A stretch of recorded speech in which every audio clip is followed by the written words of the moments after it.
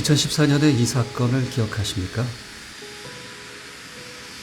오전 1시 5분 저는 차가운 겨울 바람이 휘몰아치는 JFK 공항에 홀로 남겨졌습니다. 무력하게 당하고 있을 수만은 없었습니다. 인터뷰를 하는 순간 그 이전의 삶으로 돌아갈 수 없음을 직감했지만 인간으로서 최소한의 자존심을 지키고 싶었습니다.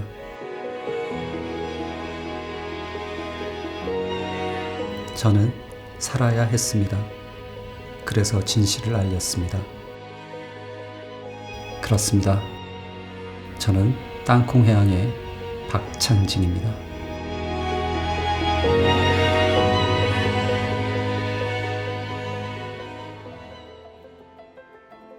사건 이후 제게 퇴사를 종용하는 이들이 있었습니다.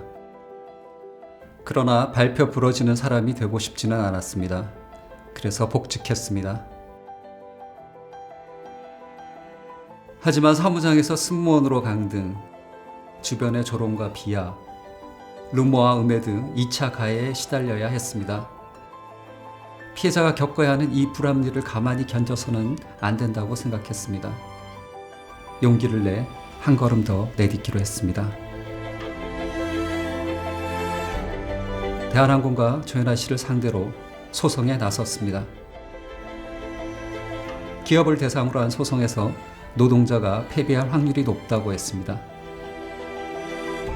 제 삶이 다시 흔들릴 것을 예상했지만 이 싸움을 포기할 수는 없었습니다.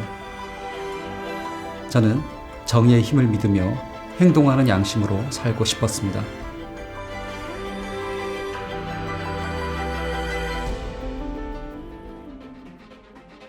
그리고 또 다른 갑질 사건이 터졌습니다. 이번엔 여동생 조현민 전무의 갑질이. 한진그룹 조양호 회장의 아내 이명희 씨가 능력이 없음에도 회장의 핏줄이란 이유만으로 경영에 참여한 이들의 적나라한 행태들이 드러났습니다. 한국 사회의 갑질은 비뚤어진 경영자의 돌발 행동이 아닌 권력의 문제라는 것을, 노동자의 인권이 유린되고 있는 현실을 국민에게 알려야 했습니다. 국민들의 분노 속에 여론이 들끓자 동료들도 생각을 바꾸기 시작했습니다. 땅콩 해양 이후 4년, 그 견고한 무관심의 벽이 무너졌습니다. 동료들이 하나둘 광장으로 모였습니다. 그의 여름, 대한항공의 민주노조가 탄생합니다. 저는 노예의 삶을 거부하고 연대해 인간으로서의 존엄과 개인의 자존감을 되찾자는 노동조합의 초대 지부장이 되었습니다. 하지만 그들은 어느새 권력을 되찾았습니다. 그리고 갑질은 계속되고 있습니다. 이것이 여전한 우리의 현실입니다. 이제는 악의 고리를 잘라내야 합니다. 인격을 모독하고 인간에 대한 존중을 찾아볼 수 없는 그들의 행태를 뿌리 뽑아야 합니다. 갑질의 토대가 되는 권력의 불균형을 바로잡고 민주주의가 작동하지 않은 일터를 바꿔야 합니다. 견제받지 않는 경제 권력의 의사결정 과정에 정부와 노동자도 참여해 그들의 독단을 제어하고 잘못된 판단을 지적해야 합니다.